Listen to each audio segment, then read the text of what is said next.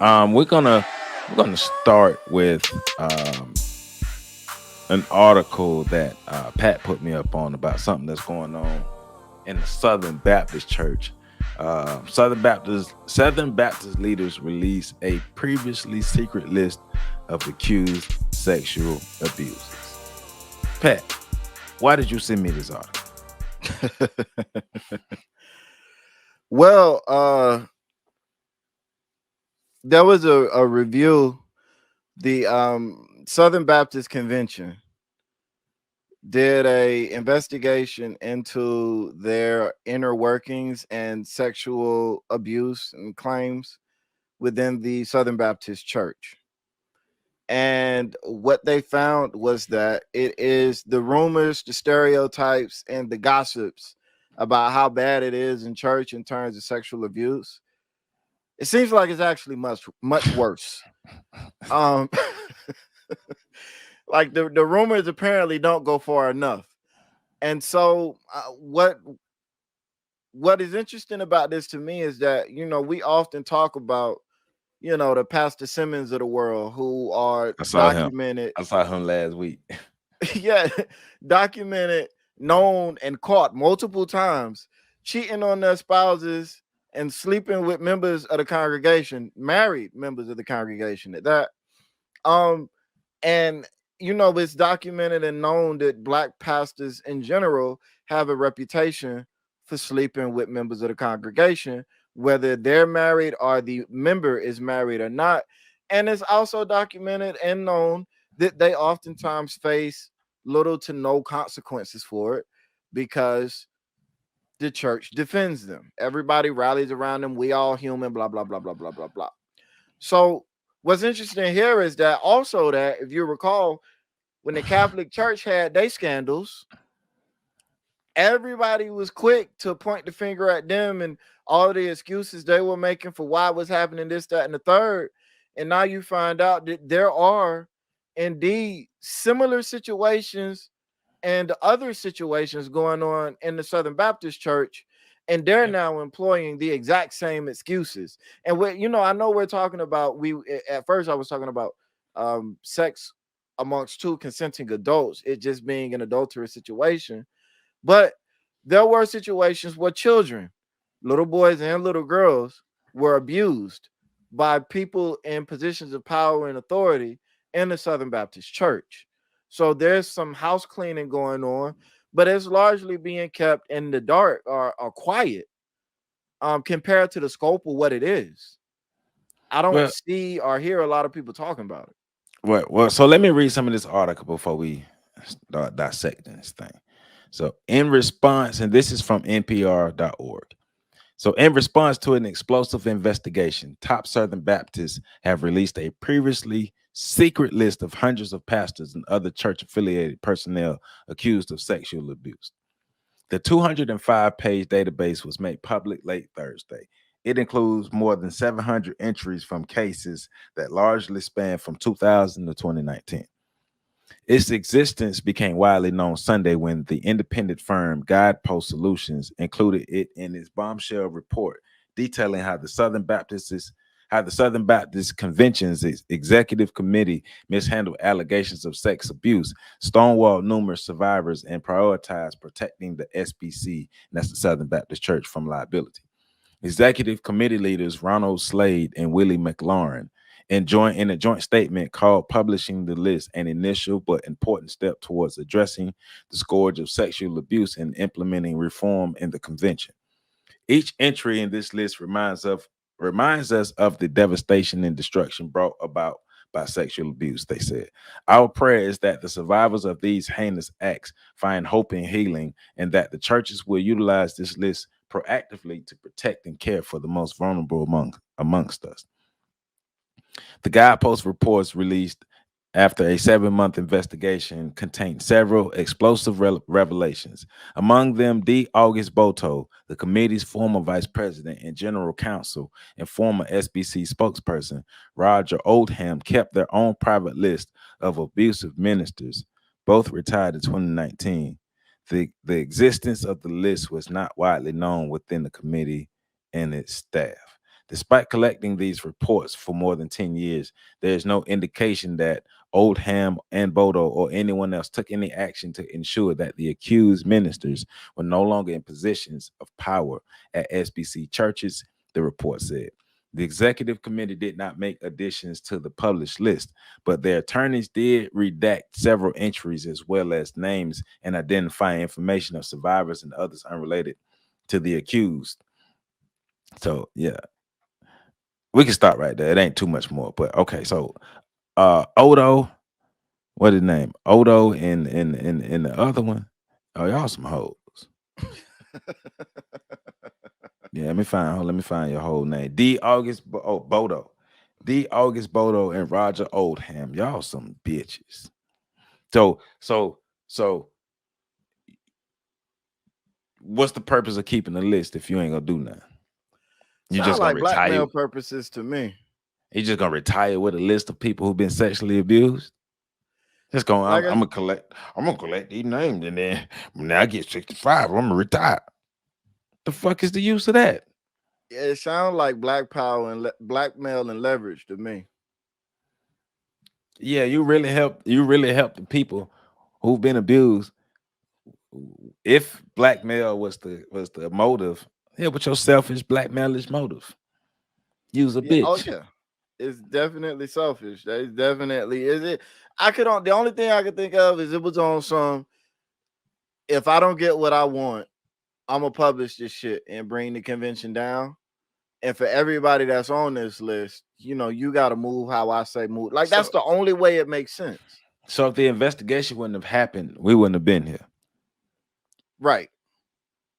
But Cause the interesting thing is also other parts of the investigation talked about some of the defenses used to protect the church and to further harm those making claims was that it was plans by the devil to bring the church down and all of these other things. And these are, like I said, the reason it struck me is because, again, I bring up the great Pastor Simmons when he got caught in his most recent occurrence of cheating on his wife with another married member in his congregation.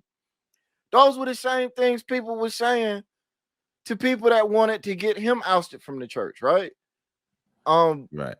it's all a plan from the devil. All slip and fall short. Everybody stumbles. Everybody's human. Everybody makes mistakes.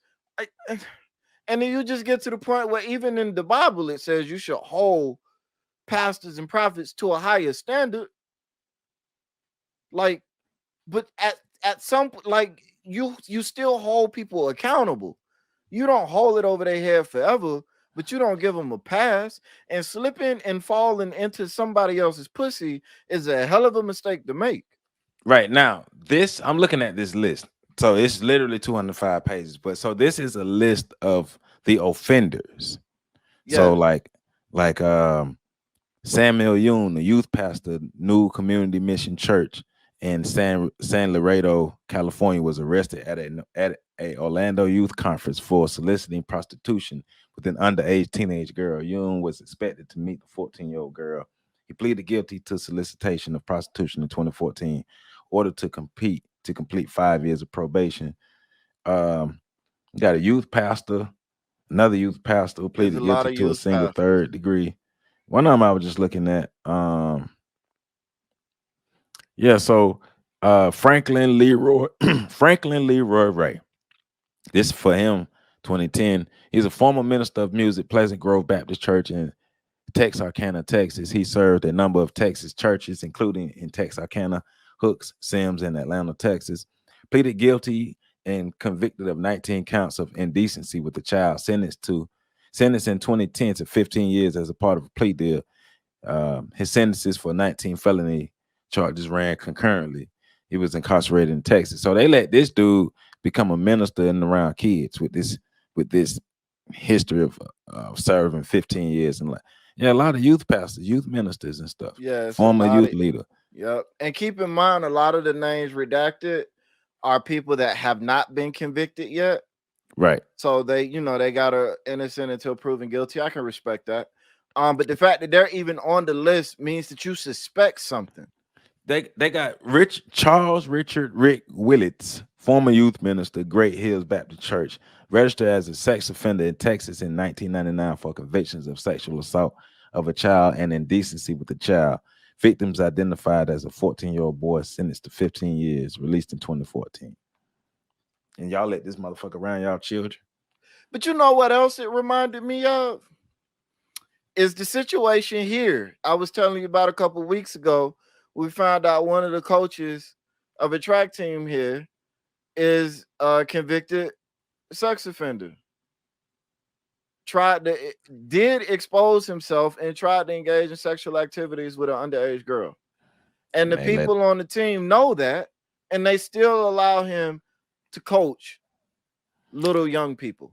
so I'm at work the other day, and so there's no like the guy, our supervisor, he's openly gay. Ain't no secret about that. I've told stories about how dudes be hollering at him all the time on this podcast.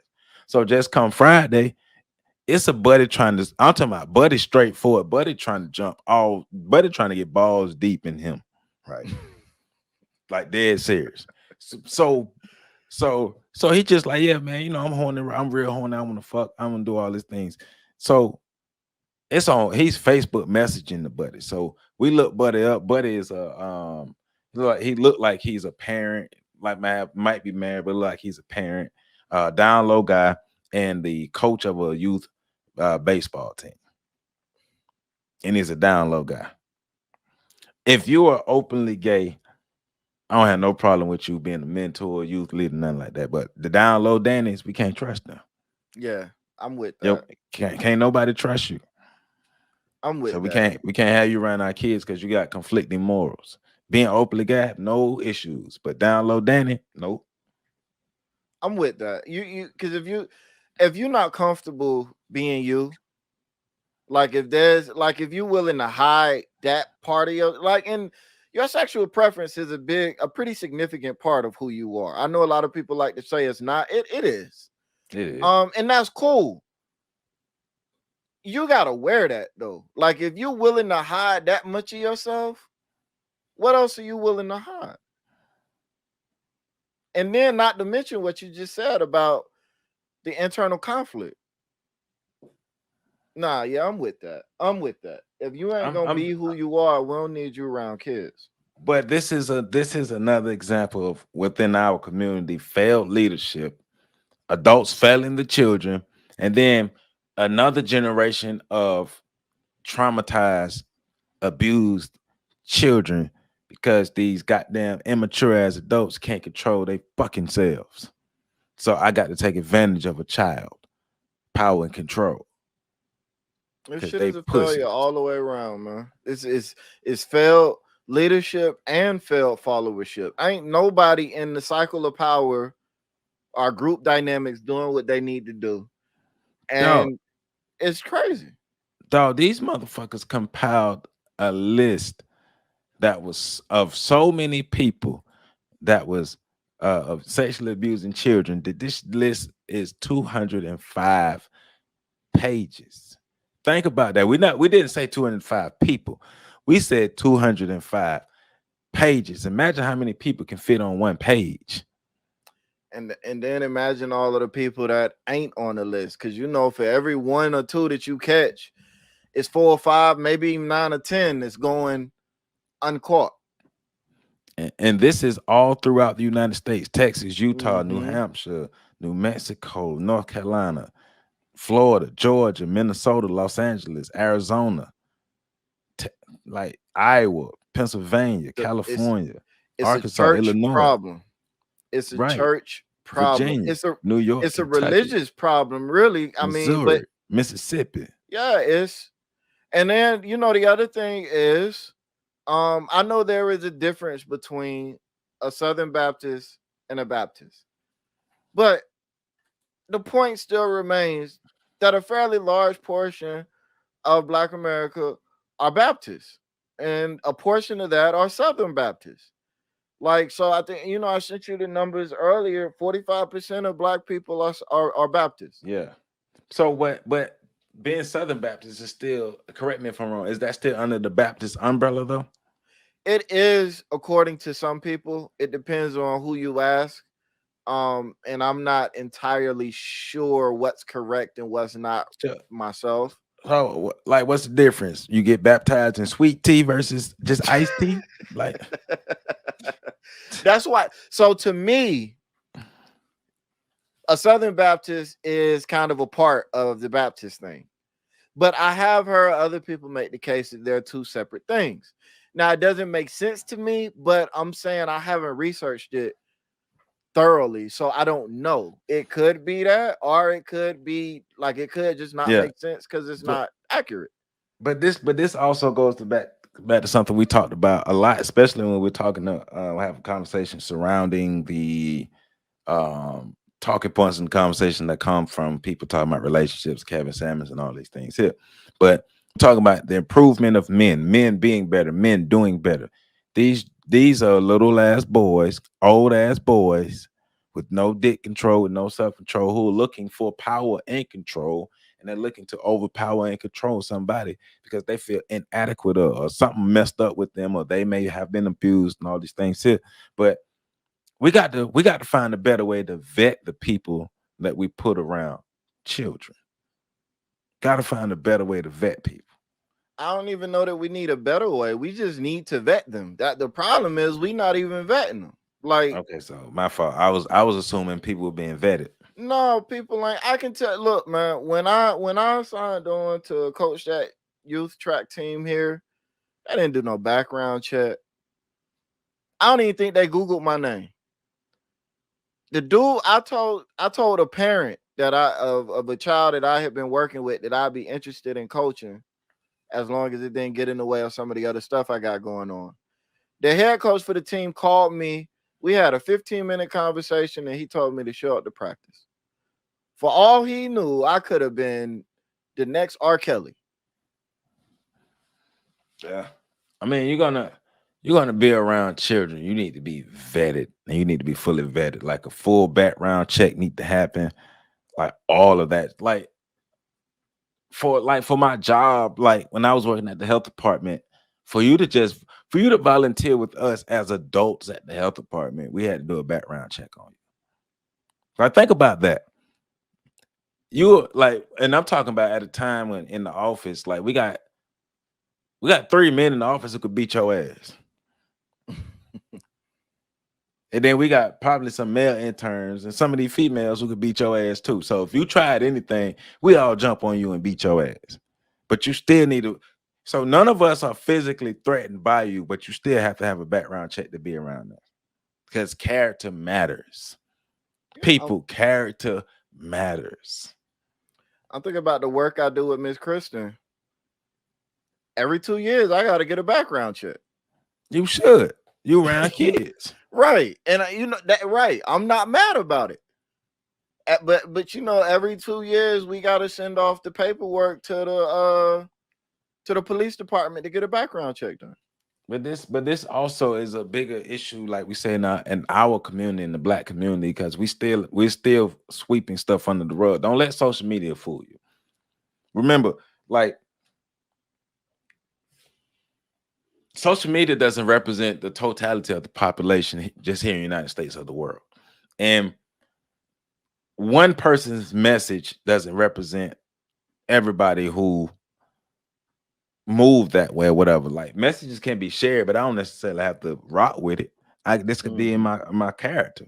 That's why I'm sharing this. But it's just like don't let social media get you messed up to think there's so many people on the same page and we got so much progress and all these things here. Because when we go back and look at numbers, which we know a lot of you hate numbers and statistics and facts, the statistics and the facts show us that not much progress has been made.